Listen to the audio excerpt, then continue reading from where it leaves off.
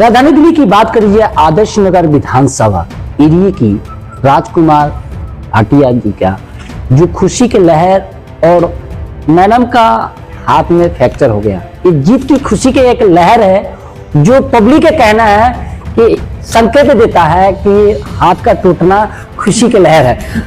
Ma'am क्या कहेंगे, जो राजकुमार भाटिया जी इतने वोटों से जीते हैं, आप क्या कहेंगे?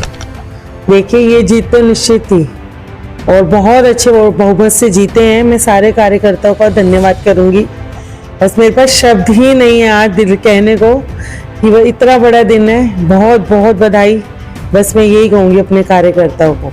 मैम देखा जाए, आप डोर टू डोर घर घर जाकर महिलाओं से मिले, उनकी जो समस्याएं रही आपके सामने शेयर भी की, बाकी जिस तरह से सपोर्ट मिला, क्या लग रहा है कि 28 साल के कहीं ना कहीं वनवास करते हुए नजर आ रहा है?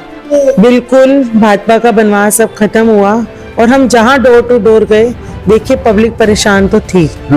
हर एक को दो ही समस्या थी, एक तो पानी की और एक नाली की। सड़कें, नाली, सीवर बंद। तो जनता अब चाहती थी कि अब हमें बदलाव चाहिए। हमने 10 साल दे दिए अरविंद केजरीवाल को, लेकिन अब हम दिल्ली में भाजपा लाना चाहते हैं, क्योंकि गर्ल्स लड़कियों की सेफ्टी नहीं है। सड़क पे चलो, किसी की चैन, किसी का बूंदा, और बाजार में जाओ, सड़कें टूटी फूटी, पानी इतना गंदा, जो सबसे ज्यादा हमें कंप्लेंट मिली।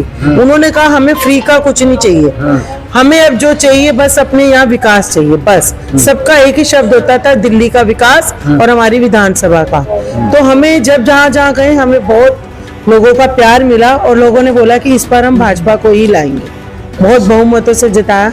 मैं जनता का धन्यवाद करती हूँ बहुत बहुत। क्षेत्र की महिलाएं हैं, बच्चे हैं जो आप लोग के साथ में घूम रहे थे, उनके लिए क्या मैसेज देंगे? देखिए, हमने आपसे जो जो वादे किए हैं और आपने भी हमारे पे बहुत विश्वास जताया, हमारी पूरी कोशिश रहेगी हर वादे पे हम खरे उतरे।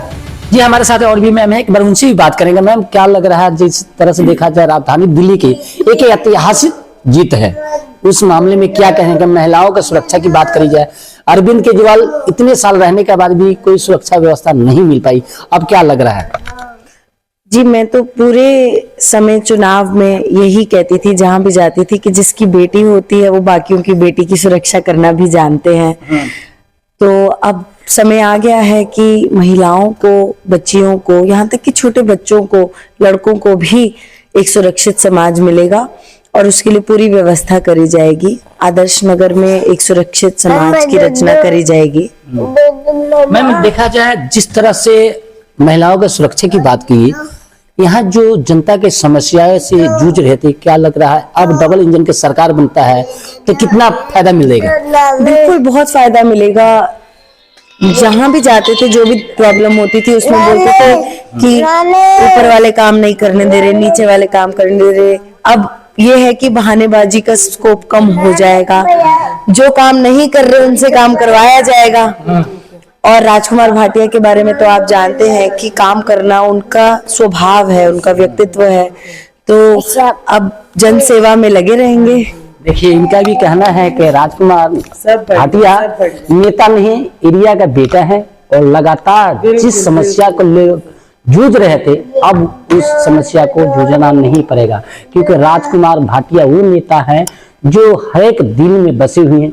जो एरिया की बात करी जाए, आदर्श नगर में हर एक व्यक्ति एक ही वर्ड कहता था, मैं भी राजकुमार भाटिया, मैं भी राजकुमार भाटिया। तो कमल खिला है और कमल खिलते ही रहेगा। संजय सिंह, सत्याग्रह भारत टीवी।